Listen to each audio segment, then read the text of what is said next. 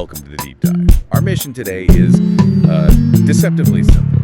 We want to find out if there's a reliable, sort of generalized cheat code to becoming genuinely smarter. You know, more creative, better at solving complex problems. Exactly. Can you actually train your brain to achieve that kind of generalized intelligence? Yeah. We took a stack of sources from major meta-analyses of brain games to some groundbreaking neuroscience on chess expertise, and even a little Aristotle to figure out what works. And crucially, what doesn't. And what doesn't work is really where the research has to start, because that's where all the marketing money is. Right. Our overall focus is on something really foundational, the transfer of skills. Basically, how knowledge you get in one area generalizes and applies to another. Okay, so walk us through the two types of transfer, because it sounds like they define the entire, success or failure of any kind of cognitive training. For sure. First, you have near transfer. This is the easy one. It's the generalization of skills across highly similar domains. So if I practice a task, I get better at that task. Exactly that task, or one that's very, very similar. Think of it like if you learn how to use one brand of smartphone, you can probably figure out its main competitor pretty quickly. That makes sense. It's almost inevitable. It is.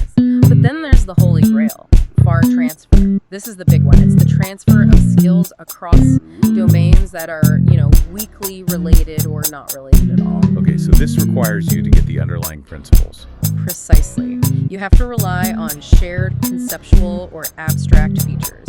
It's moving from mastering a little game on your phone to actually improving your general real-world decision-making skills when you're under stress. And far transfer is where the whole multi-billion-dollar cognitive training industry, especially those famous brain training apps, completely falls apart. That's where the evidence lands, yes.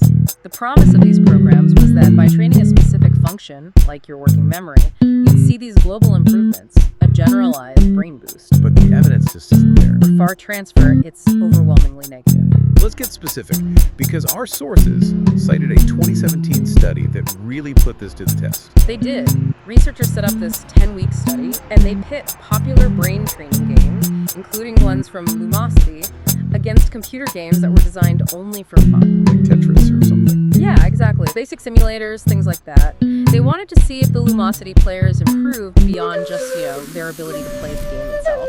And crucially, they measured brain activity with fMRI while people were doing general decision-making tasks. Looking for real structural changes. So what did the brain scans tell us? Did the brain trainers show any sign of a generalized boost? Not at all. There were zero differences in the fMRI scans between the two groups. Wow. I mean, the specialized games didn't reorganize their brain function any more than the simple fun games did, and they showed